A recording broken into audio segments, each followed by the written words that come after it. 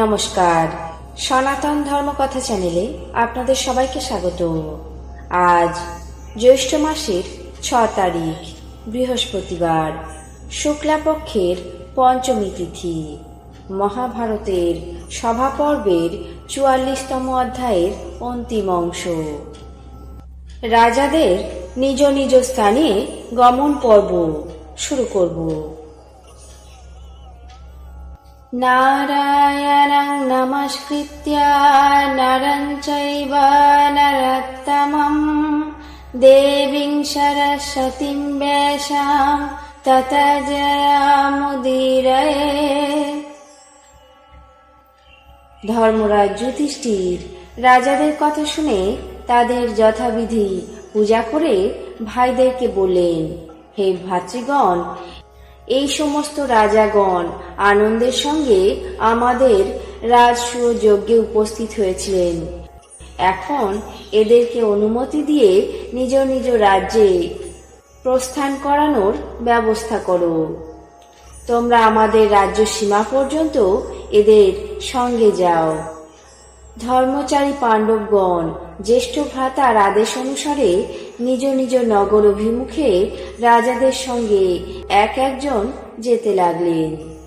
প্রভাবশালী ধৃষ্টদ্যুম্ন বিরাটের সঙ্গে, অর্জুন মহারথী দ্রুপদের সঙ্গে, মহাবল পরাক্রান্ত ভীম, ভীষ্ম এবং ধৃতরাষ্ট্রের সঙ্গে, যুদ্ধ বিশারদ সহদেব, মহাবীর দ্রোণের সঙ্গে, নকুল, সুবল এবং তার পুত্রদের সঙ্গে, দ্রৌপদী পুত্রগণ এবং সুভদ্রা পুত্র পার্বতীয় রাজাদের এবং অন্যান্য ক্ষত্রিয়দের সঙ্গে যেতে লাগলেন।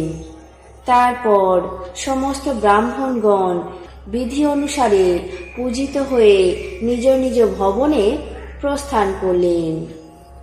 এইভাবে সমস্ত রাজাগণ এবং ব্রাহ্মণগণ নিজ নিজ স্থানে প্রস্থান করলে ভগবান বাসুদেব যুধিষ্ঠিরকে বললেন, হে মহারাজ, মহাযজ্ঞ রাজসূয় সুসম্পন্ন হয়েছে।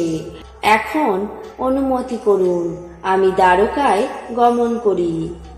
ধর্মরাজ যুধিষ্ঠির কৃষ্ণের কথা শুনে তাকে বলতে লাগলেন, হে গোবিন্দ, কেবল তোমার প্রসাদেই আমার রাজসূয় যজ্ঞ সুসম্পন্ন হল।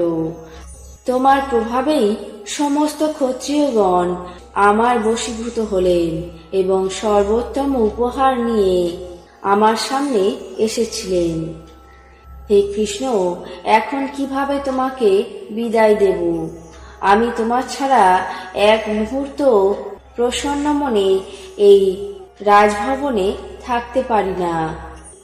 কিন্তু কি করি, তোমাকেও অবশ্য দ্বারকাপুরে যেতে হবে। যুধিষ্ঠিরের কথা শেষ হতে বাসুদেব তার সঙ্গে কুন্তির সামনে উপস্থিত হয়ে বললেন, পিসিমা, আপনার পুত্রগণ সাম্রাজ্যে প্রতিষ্ঠিত হল। এখন অনুমতি করুন, আমি দ্বারকায় গমন করি। কৃষ্ণ এইভাবে কুন্তির অনুজ্ঞা গ্রহণ করে সুভদ্রা এবং দ্রৌপদীকে সম্ভাষণ করে যুধিষ্ঠিরের সঙ্গে অন্তঃপুর থেকে বেরিয়ে স্নান, জপ এবং ব্রাহ্মণদের স্বস্তি বাচন করলেন।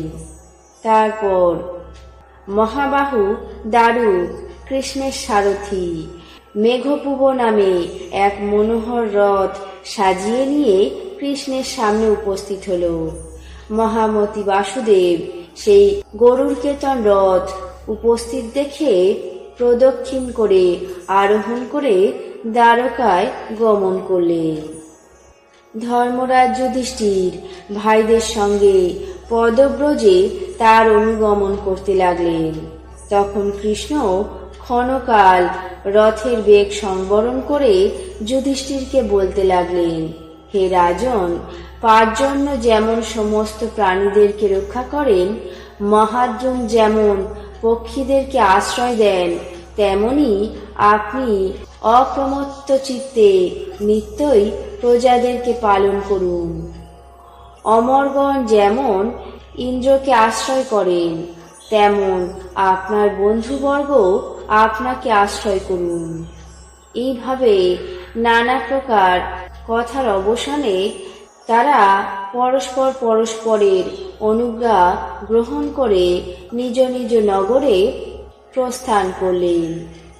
যাদব শ্রেষ্ঠ কৃষ্ণ দ্বারকায় গমন করলে কেবলমাত্র দুর্যোধন এবং সুবলপুত্র শকুনি সেই দিব্য মায়া সভায় অবস্থান করতে লাগলেন।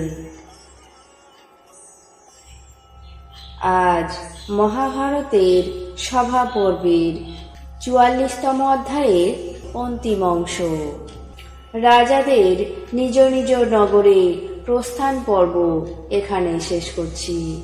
বাকি অংশ আগামী পর্বে পাঠ করে শোনাব।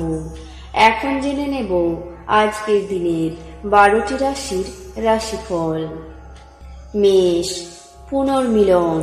বৃষ, অর্থের সংস্থান। মিথুন, চিকিৎসায় ব্যয়। কর্কট, দ্রব্যের অপচয়। সিংহ, স্পষ্ট কথায় বিপদ। কন্যা, অগ্নি ভয়। তুলা, চৌর্য ভয়। বৃশ্চিক, স্বাস্থ্যের অবনতি। ধনু, বিরাগ ভাজন। মকর, আর্থিক সমস্যা। কুম্ভ, পরিশ্রম বৃদ্ধি। মীন, লটারি প্রাপ্তি। এই ছিল আজকের দিনের ১২টি রাশির রাশিফল। আপনাদের কেমন লাগলো তা অবশ্যই কমেন্ট বক্সে জানাবেন। চ্যানেলটিকে সাবস্ক্রাইব করবেন, লাইক করবেন, শেয়ার করবেন। ধন্যবাদ।